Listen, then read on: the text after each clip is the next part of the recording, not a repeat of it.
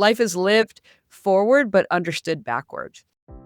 Welcome to Chief Influencer, the show that explores how remarkable leaders earn trust, influence others, and move people to action. I'm your host, Anthony Shop, co-founder of Social Driver. Through candid conversations and live events, we're on a quest to find incredible leaders in unexpected places, from Oscar-winning storytellers and ambassadors to U.S. senators, founders, and movement builders. We share the stories of these chief influencers to uncover lessons that you can apply to your own work and leadership.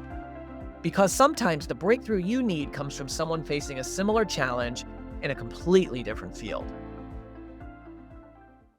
I am thrilled to introduce today's guest, Vivian Schiller, Executive Director of Aspen Digital, a program of the Aspen Institute that brings together leaders from media, technology, government, and civil society to help build a healthier information ecosystem. Now, before we dive in, here are just a few things I think you should know about today's guest. First, Vivian's career has literally tracked every major transformation in modern media. She has served as president and CEO of NPR, global chair of news at Twitter, general manager of nytimes.com, and chief digital officer of NBC News, in addition to holding leadership roles at CNN and the Discovery Times channel. Second, Vivian has built a career leading through disruption, from helping established news organizations navigate the rise of digital media to addressing the impact of artificial intelligence on our information ecosystem today. She's repeatedly helped institutions adapt as technology changes how people find, consume, and trust information. And third, Vivian's path to media leadership began in what I think is an unexpected place, leading groups of American travelers through the Soviet Union shortly after college. I know that early experience gave her a unique education in communication, human behavior, and navigating the unexpected. Vivian, you've been called a digital pioneer, a transformational media leader, and a champion for a healthier information ecosystem, as well as, of course, chief executive. Well, today we're thrilled to call you a chief influencer. Welcome to the show. Thank you. Thank you so much, Anthony. Thanks for having me. You're welcome. I have been especially excited about this interview because I'm very interested in the changing media landscape, but also because of your past at NPR. I serve on the advisory board of WAMU, our NPR affiliate here in DC, and I'm such a longtime fan. So you have touched many companies and platforms that I think are so important to many of us. And I want to ask you, you spent your career at the intersection of journalism, technology, and public life. Tell me about what you're doing today at Aspen Digital, and who do you need to influence and bring together to achieve the result you're looking for? The interesting thing about my experience, coming up on 7 years at the Aspen Institute, is it's not a news organization. It is not a tech company. It is not a publisher. And yet, in many ways, the work that I'm doing in Aspen has brought together all the different strands of my life. The way, as you laid out, just frankly, not even all the different parts of my life in the opening session. Maybe the Russian tour guide part isn't relevant, but the rest of it, which has been sort of a focus on information, quality information, news that helps citizens all over the world make decisions about their lives, about their communities, about their countries, with the aid of whatever the emerging technology is at the time, which over my decades on Earth has changed quite a bit and continues to change by the day today. That is sort of the through line, and that's exactly what we're doing, much of what we're doing at Aspen Digital, which is to focus on how we can make sure that people understand where technology is going, how it can affect their lives, and how we can make sure that technology is in service to humanity and not the other way around. So it's really brought all of those threads together. And it's also continues something that's been very important to me at every stage of my career, which is I get to learn all kinds of new things. We have a big cybersecurity set of initiatives here. I came into Aspen not really knowing all that much about cybersecurity, and I'm still certainly no expert, but we have experts on staff. And so that's been a wonderful learning experience, more and more relevant by the day. The more I learn about cybersecurity, we had Craig Newmark, the founder of Craigslist, on the show, the more scared I am because, man, I mean, that certainly is can keep you up at night, right? Exactly. Well, I mean, look, when you look at the career arc you've had, somebody has to look at it and go, "Why do you keep deciding to step into the next disruption?" I mean, this must be, something that keeps you on your toes. But what's motivated you to do that? Yeah. I can't help myself. This is gonna sound very pretentious for me to quote Kierkegaard, but I'm gonna quote Kierkegaard by, because this is a quote I learned, not that many years ago, but it's sort of, like, really hit me like this, which is, "Life is lived forward." I'm sure it's better in the original German, by the way, but "Life is lived forward, but understood backward." And I really, only in recent years, really understood that that through line is what is the technology that's newly on the horizon, and how can we mitigate against harms, but yet embrace its powers to serve information ecosystem or just generally populations and citizens around the world in all endeavors. And so, you know, I if I look at the arc of my career, again, looking backwards, it all kind of makes sense going, from television and then to really the rise of the internet and then the rise of mobile and then the social media. I moved to Twitter sort of just as Twitter was coming up to its peak influence. And then I even was part of a blockchain startup for a short period that was also about information ecosystem. And now at Aspen. So it all kind of has flowed and kind of makes sense, at least to me. Feels like you're a bit of a storm chaser. That was a much shorter way to say, yes, I'm one of those people, unfortunately, as many people who are journalists at heart, like I am, we run towards the fire. Yeah. Well, and that leads me to ask you, when you have those opportunities to do that, or you decide to go after that, I mean, you're never fully prepared, perhaps in a way, because it's something new that nobody's done. You had this pivotal moment. You were given the opportunity to lead nytimes.com. And I know you didn't have a digital background. I mean, who did at the time? Can you take us back to that moment? And what did you learn about the difference between subject matter expertise and leadership? Yeah, thank you. Yeah, I learned a lo I learned it was a real aha moment that I find myself reflecting on even so many years later, and this was, gosh, this was 20 years ago. I think exactly 20 years ago. So at the time, I was leading a joint venture cable, channel at the time it was a 50-50 joint venture between the New York Times and Discovery. It was a dream job. I was able to sort of develop the concept and build the team from scratch. We launched the Discovery Times channel, 2 such powerful, institutions that represent quality, Discovery and the New York Times. We did, all kinds of wonderful programming that won awards. But then for reasons having really nothing to do with the channel and ancient history now, the joint venture, ended.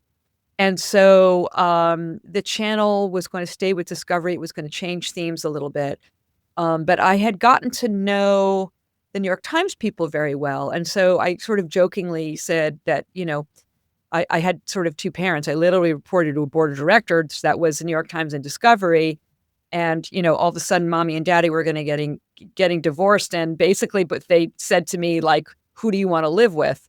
That's a terrible metaphor, and I feel sorry for any child or parents that are in that situation.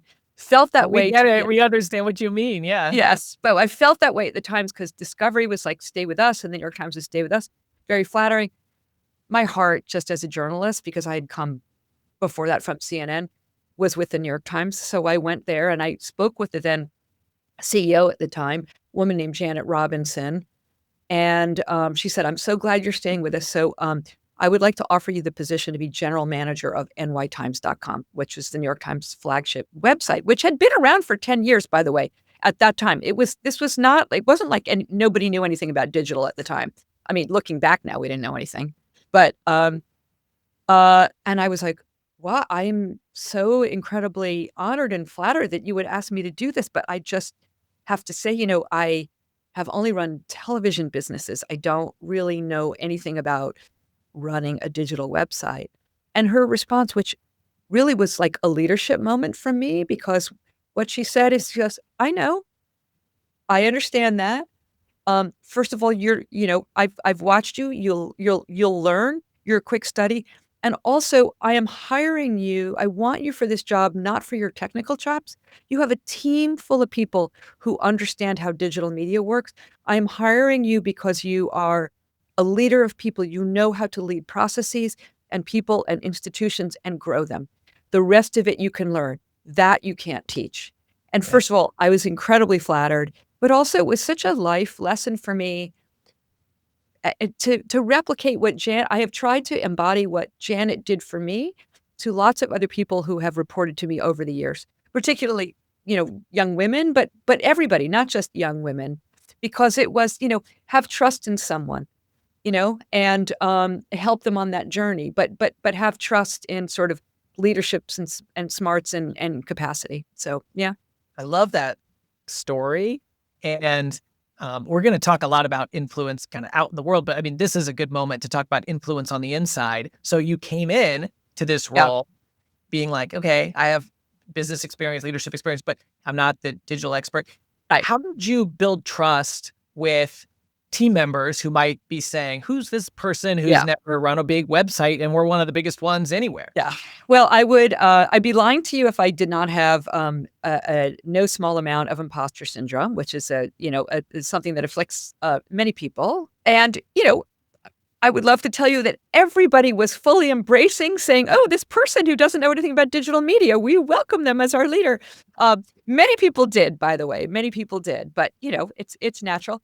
But, I mean, two things. One, the space was so fast moving that within 6 months, whatever anybody knew, 6 months later was sort of irrelevant, so it was pretty easy Right. to not so much to catch up, but to sort of jump on the roller coaster as it's moving, up the track.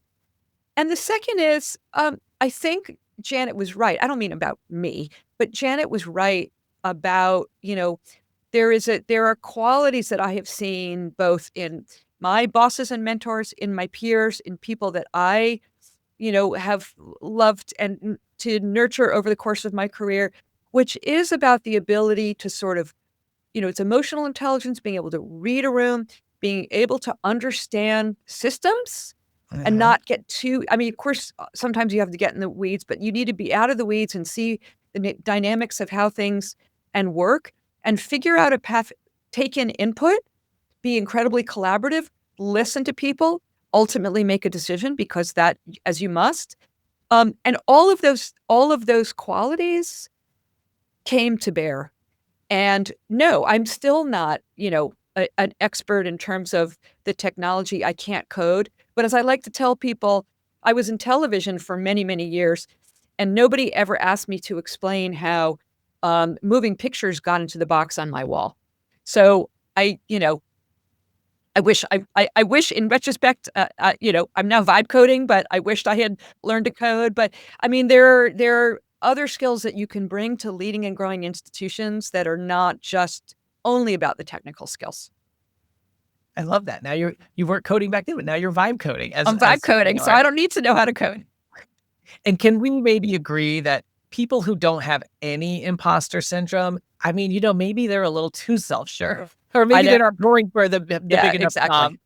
By the way, maybe they're the imposters. Yeah, I think there's something to be said there. Along this same line of, influence insight, recently I had the opportunity to interview the 19th Chief Master Sergeant of the Air Force, Joe Bass, who's amazing. She reminded us not to confuse the chain of influence with the chain of command. I thought that was a great turn of phrase. And you shared some similar sentiments with me about how Yeah. authority and influence, don't just come from the organizational chart or for a title, but really it's about relationships and trust. What have you learned about earning that trust Yeah. in practice? Because you have had to do that over and over again, especially moving into different industries, being at the forefront of disruption, chasing those storms. What can you tell us about Yeah. earning trust? Yeah.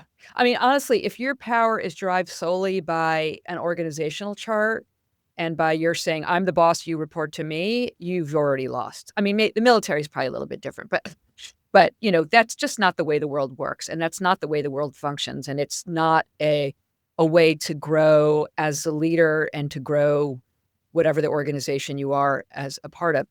I mean, soft power is the real power. And I mean, there have been many times in my career where I feel like I've gotten more done by collaborating with people who do not report to me, than well, no, I don't wanna compare them. I mean, I've in many times in my career, it has been very much about that kind of lateral collaboration with partners, not a sort of a command and control of you will do this, you will do that. And I see people fail when they try to do that all the time. It's just a mistake in so many ways. Also Yeah. reveals your insecurities. So I completely subscribe to that idea of that kind of soft power and influence as the way to go. And it is, look, it's not rocket science. It's being able to listen, really listen, be able to understand where the other person is coming from. It's being able to sort of keep your eyes on the prize of what is the thing that you are both mutually trying to move towards. And rather than being like, I need to win this point, I need to win that point, it's you wanna win the bigger point. It's about being able to it's about kindness. I'm a big believer in kindness. It doesn't mean that I don't make tough decisions. Doesn't mean that I don't get frustrated. It doesn't mean that, I am soft if people are not delivering. But all of those things can happen with kindness. Yeah. And and that's what people respond to. I've seen it over and over in my career, not just with me, but with, the people that I mentor and the people who have mentored me. You're so right. I mean, I just remember a lesson I learned very young. I worked at a department store in customer service, and people who come in and they're not so nice, they're one day over their return limit, and you might be really strict. And that really nice person that has no receipt and the item's 6 months old, they're so nice, you might just let it slide. And so just being kind, I mean, not only is it kind of feel better and is nicer, but kind of works better too, doesn't it? It works better, and it also yeah, but that first point, I don't wanna lose that first point you make. It feels better, it makes me Yes. feel better. I derive like, I feel happier if I'm kind to somebody else, even Yeah. when I've walked away. I just feel like, I'm part of this sort of, figurative web of sort of humanity. Unfortunately, there's a lot of people out there who, do not reciprocate. Well, okay, so we've been talking about kind of that trust and authority on the inside. I want to sort of flip it to on the outside because I mean, you've been with some of the most respected brands in media, of course. And we live in this world where an independent journalist or a creator can build an audience that's larger than many traditional news brands and personalities.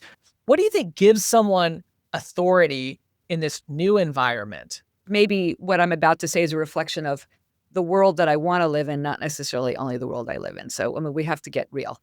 But let me give you the Pollyanna answer first, which is, it comes from giving people some unique value in their lives, that they can't get anywhere else. And if it's a news influencer, I mean, I'm a big believer in, like, it's not about the form factor, it's about, when it comes to news and journalism, it's about the actual reporting or the insight or bearing witness, to a news event around the world. And whether you are a single influencer on TikTok, or whether you are, on the pages of the New York Times, um, I'm less concerned about that than the value and the rigor that you're bringing to the and the honesty, and the transparency that you're bringing to your work. So I do believe that's true. However, I'm also not naive, and we live in a world where, particularly, well, we've always lived in this world, but particularly with the rise of social media and now, our very, very divisive politics, and now the rise of, AI being able to hyperdrive, um, malign information. We know that, influence also derives from making people feel angry, making people want retribution, with making people feel that they are wronged and that they are deserving of some kind of recourse. I mean, this is touching into our sort of reptilian brains, these things, and it works. I mean, That's why the most viral things, not all of them, but the most viral things on social media, are about anger and outrage. And so it's frustrating that this is the world that we live in. But we need to recognize it and we need to find ways that we can, which, at the Aspen Institute, we're involved with all kinds of different projects, and many people are as well, to bridge those divides, to build societal cohesion, to build societal trust, build trust in institutions, and to find solutions that help mitigate this, cleaving that is happening around the world, but particularly in the United States. Yeah, I mean, I like what you said was Pollyanna-ish at the beginning. Really, I mean, isn't because you said, look, it's the value people want in their lives. And I think what we have to recognize is that sometimes where people do follow somebody who may not have as much expertise or credibility, they are bringing a lived experience or a way that they deliver the content that that person perceives as valuable. And then, traditional media organizations have to figure out, how am I going to do that? We had a panel with Jenny Abamu, a Maryland politics reporter from WAMU. She's been expanding her TikTok presence, and she has people who follow her on TikTok to get the news, and they say, "Thank you. I really trust you because I don't believe in the legacy media or the traditional media." And she's like, "I am the legacy media," but because she delivers it the style she does on that platform, she resonates with folks. And someone said to me recently, actually from the Pew Research team, they said, all these distinctions we make in Washington about a journalistic institution, they said, the audiences, they don't make those same distinctions. They're just looking for exactly what you said. Exactly. Value for them. Yeah. And I want to turn that to the work that you do at the Aspen Institute, because, I mean, talk about a prestigious organization, but I know your personal leadership philosophy is that Aspen Digital will not approach its work like it's in an ivory tower. No. You want to find a bottom-up approach. And so how do you do that? It sounds very antithetical or difficult to do when you are with an organization that is so prestigious in the elite communities. Right. Well, we don't walk around, thinking of ourselves as elite. First of all, we're not. We want to roll up our sleeves and we want to make things happen. One of my cardinal leadership rules is, if you're the smartest person in the room, you're doing it all wrong. I never want to be the smartest person in a room about whatever it is that we're talking about. As I mentioned earlier with my story about the New York Times, it's about synthesizing, it's about connecting dots, it's about seeing systems. We at Aspen are sort of systems orchestrators. And so the work we do is making sure that we can connect people across sectors. And we do this very effectively. It still surprises me how many times we bring people into rooms from the public sector, from the private sector, from civil society, what have you, media and all of that. And these are people that just don't talk to each other. And so we're trying to make sure people can hear each other, listen to each other, really hear each other, find those, it's all what I was talking about before, figuring out what our North Star is, and then discovering ways that we can do that together. And so we do that with journalism. We have a big project right now, big series of initiatives going on right now that's about how news organizations can use AI for their, yes, there's all kinds of concerns about the information ecosystem, but can be used by news organizations to, deliver on their public sector, their public service mission, bringing news organizations together with the AI hyperscalers, again, to solve that problem, this joint desire for a healthy information ecosystem, which matters whether you're a journalist or whether you're trying to deliver shareholder value. In both of those cases, we need a healthy information ecosystem. We're working on a big series of projects with Allstate about societal trust at the local level, and how do we help connect the dots and bring people together around joint projects at the local level, which has been proven empirically that can help bridge divides, even if people are consider them they're on the blue team or the red team or what have you. And so this is the work that's meaningful for us and that can actually make a difference. This episode is brought to you by the George Washington University Graduate School of Political Management. Through flexible graduate degrees and certificate programs, GSPM prepares today's professionals to lead, in strategic communications, public affairs, advocacy, and politics. Learn more at gspn.gwu.edu.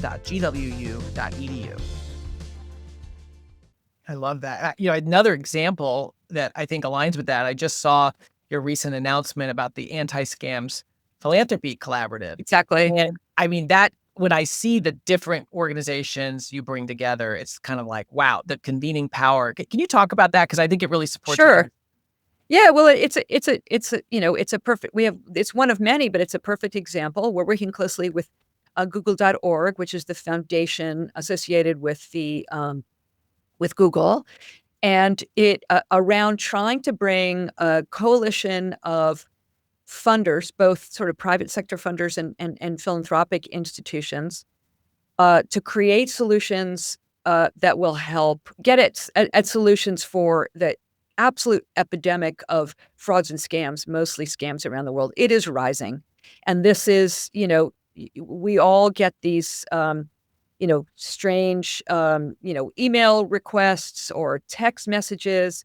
Terrifyingly now with AI, some people are getting, phone calls mimicking the voice of a loved one saying they're in trouble, they need money sent to them right away, that kind of thing, to try to kind of get to the root of where those scams are coming from and to stop them before they reach people.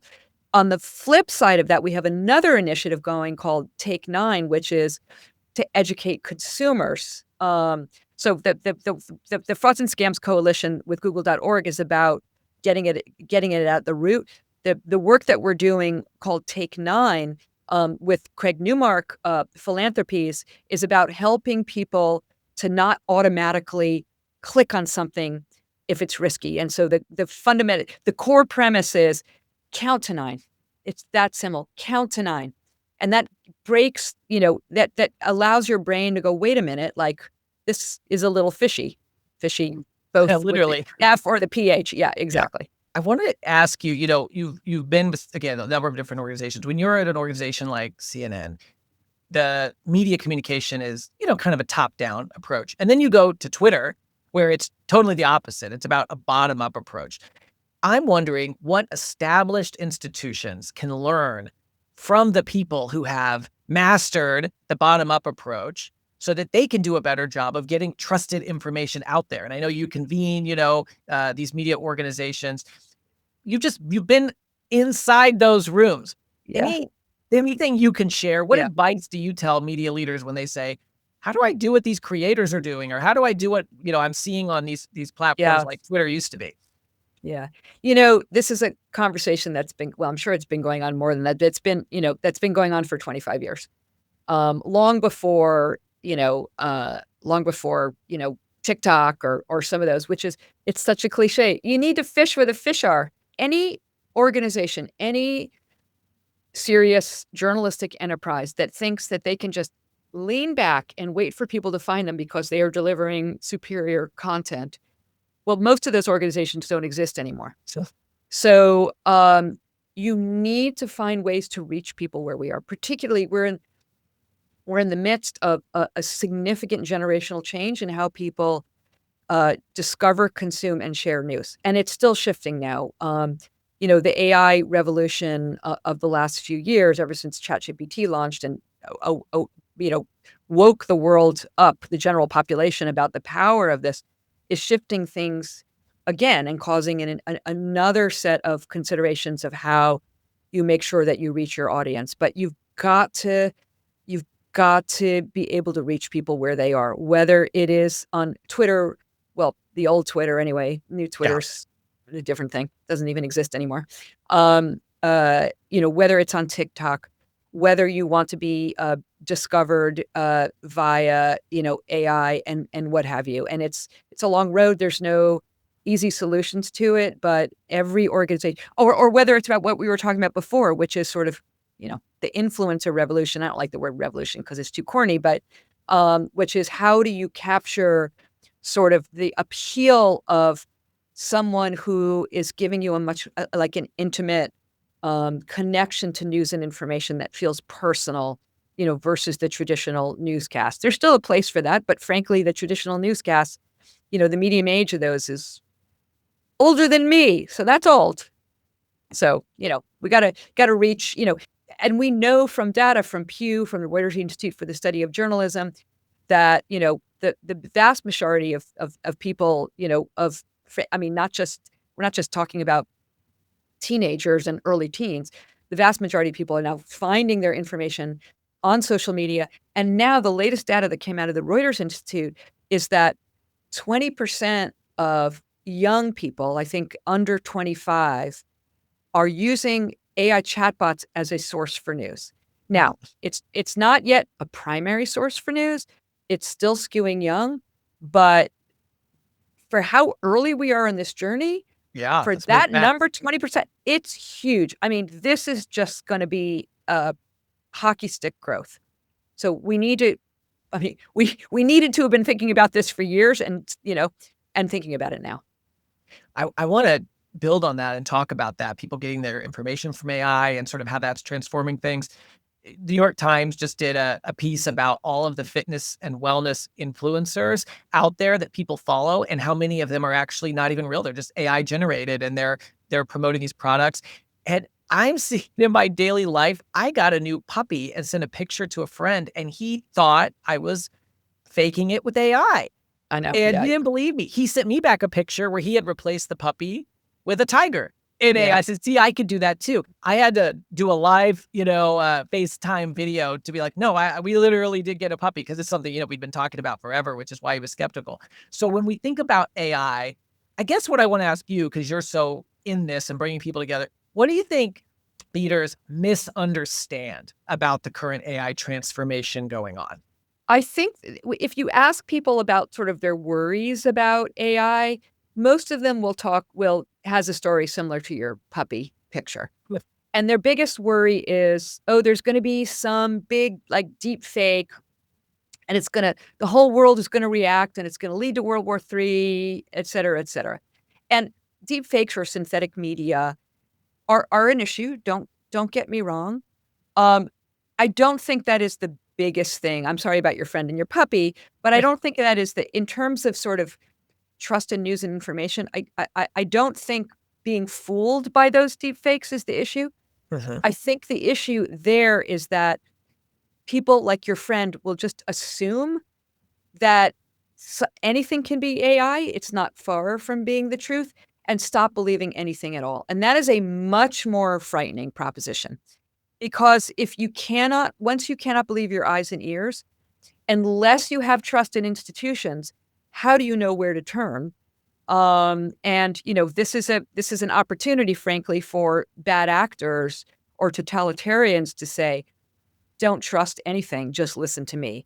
The other thing that I think is missing I mean, a lot of us that are in this space talk about it, that is missing from popular discourse is that is the rise that people are getting more and more getting their news from chatbots. And when I say chatbots, I just mean no matter what it is, the box on your screen that you're typing a query into, whether it's Gemini or Claude or ChatGPT or what have you, and how that information may or may not be accurate. And moreover, it is being derived by the ingesting from AI companies of of pretty much everything that's ever been published. That is what those chatbots have been trained on, and it's kind of a remix to give you the answers that you want. Those those chatbots, depending on what kind of information, can be gamed. They can get things wrong. They can also bypass legitimate publishers, which means those publishers are not getting traffic directed at them, which hurts their business models. So those are the bad things. There's also a lot of promise with AI when it comes to news, and that's what we're focused on. I mean, the problems are the problems. I don't want to dismiss them, but there's opportunities too, and that's a lot of what we're focused on right now. I am an optimist, and I believe that AI can deliver solutions for news and information that will help cure many of societal ills. I want to get into that in a second, but let me underscore because I just really like what you said about the way we need to shift our thinking on this. It's not that the deep fake is going to get everyone to believe in something that's fake and start World War III. The risk is that because of the ability to create fake content, people may just believe nothing. Exactly. And There's then actually a term for that. Yeah, it's called the liar's dividend. mm, Because it's a dividend to the liar to have the collapse of trust in what yeah. appears to be evidence-based reality. And it makes me think when we talk about being a chief influencer and what influence is going forward. I mean, those who are influential, whether they wield it for good or for bad, are the Exactly. ones that will get people to believe something, whatever that is. Exactly. And hopefully Right. it's something Right. that's true. Right. But certainly there are people who have the power of influence that get people to believe something that's not. So with the liar's dividend and in the world where people believe nothing, we really have to think about how do we get people to believe something. And that's why we're on a mission. We want to share stories of chief influencers because we want the good guys to be able to know how to influence better and learn lessons like these. Yeah. As we're talking about AI, probably a good moment before we get close to the end here, just to say, you've recently announced that you're making another career Yes. change, continuing to storm chase. Do you want to tell us Yes. about that? Yes. Yes. It's very bittersweet for me. The sad part is I'm leaving the Aspen Institute, in a few weeks. And, Aspen Digital is my heart. I built the team and I love the team and I'm so proud of the work we do. But they're going to soar and they're going to thrive and I will be their biggest champion, from the outside. But I am taking yet another adventure, um, which is I'm going to be joining the Patrick J. McGovern Foundation as CEO. The Patrick J. McGovern Foundation is an extraordinary philanthropic institution. It's fairly, I mean, in philanthropy terms, it's fairly new. It's only been around for about 10 years, and it's really only in the last like 5 years has it really sort of flexed its muscle. And it is all about AI and other emerging technologies and how we think about them in this moment of great global change to benefit society, to benefit humanity, to make sure that it is in service to all of us, so that we can, so we can thrive, societies can thrive. And I'm so excited. I'm going to be joining my business partner there will be Vilas Dar, who serves as president. He's been president the last 5 years. He has been an extraordinary leader. So the two of us together are now going to uh, rise to this moment and do even more in terms of our philanthropic investment in solutions that can make a difference, in building technologies, and in making sure that we can reach the people who have, their hands on the levers of power, whether it's in the private sector or the public sector, to make sure at this moment we're steering AI and emerging technologies in a way. It is not too late. It does not all have to be in the hands of a few people, to make sure that it is in service to all of us. And I'm really, really excited about this. It sounds like the perfect place for an optimist. Exactly. You think Exactly. about technology and like Yes. investing Yeah. in the Yes. good stuff. I love that. Yes. Well, Exactly. congratulations. That's really Thank you so exciting. much. Thank you. We always end with the question, how do you define influence today? And has that changed for you over the course of your career? Actually, at least for me, it's always been about the same thing. It's about, you know, having curiosity about people. When you have curiosity, it naturally makes you a listener. When you are naturally a listener, it therefore means that you have empathy because you're understanding another person's point of view. And it means that you can start from a position of how can I, and, whether it's with a single individual or a single entity, or it's with large numbers of people, how can I make sure that we can find the commonality in terms of what it is we want to get accomplished or what it is that we want to understand in the world. So that to me is, it's not exactly an elevator pitch. Sorry, that was too long, but that is what influence is all about. And it has always been thus. It's just the means of it, and the technology, the delivery vehicles have evolved. Well, and there's no better person to tell us that than someone who has literally been at the forefront of all of Yeah. those changes in media, who has chased the storm and faced the disruption from TV to Twitter to AI. And, we're leaving out a lot of chapters in between. I love that quote. you shared at the beginning, as we just sort of think about a couple themes from our conversation today from Yeah. Kierkegaard, that life is lived forward, but uh, Understood backwards. understood. Thank you, Yeah. backward. Yeah. And that forward kind of posture is something that obviously you have. So what a great quote for you. And a couple of things that really jumped out at me is just you said soft power is real power, and we talked about what that looks like on the inside, coming into nytimes.com, for example, and working with a team where they're the subject matter experts, but you're brought in because Janet saw your leadership capabilities and action, and she won the custody battle there to get you over after the joint venture. But then also how that soft power is so important on the outside, and that there's a lot that we can learn from one another. There's a lot that we can learn from creators if we're institutional media, and certainly the work that you've done most recently with Aspen Digital for the last 7 years about just uniquely and remarkably convening different parties in ways that few others have or can. You also reminded us that influence is about people seeing the value in their lives for what you're doing, and that's why folks who are content creators who might be in their early 20s who've come out of nowhere and they have more followers than people on cable news. We've had some of them involved with our show. They're able to break through. And so we have to ask what that is. And you said, look, if you're the smartest person in the room, you're probably doing something wrong. We have to get those other voices together. And then lastly, I think I'll have on here, you reminded us that, you have to fish where the fish are, which is a nice pun, because certainly the people who do phishing attacks, they put a PH on Yes. that and they're going where people are. But if you are just creating the best content in the world and you're hoping people come to you, that's not enough. We have to go to people where they are. And that's why we're seeing public media journalists like Ginny Abamu, who, has been expanding her reach on TikTok, is one example in one of our recent interviews. And so I think that that's a really good reminder when we think about influence. This was an incredible conversation. I'm so thrilled that we got to learn from you and share some of your stories. And we're also excited to watch your next chapter with the Thank you. Patrick Day McGovern Foundation. Congratulations. Okay. And thank you for being part of our community of Chief Influencer and sharing with us today, Vivian. Great. Thank you so much, Anthony. It was delightful to be with you. Thank you for tuning in. Chief Influencer is a production of Social Driver in partnership with the George Washington University's Graduate School of Political Management and the Public Relations Society of America National Capital Chapter.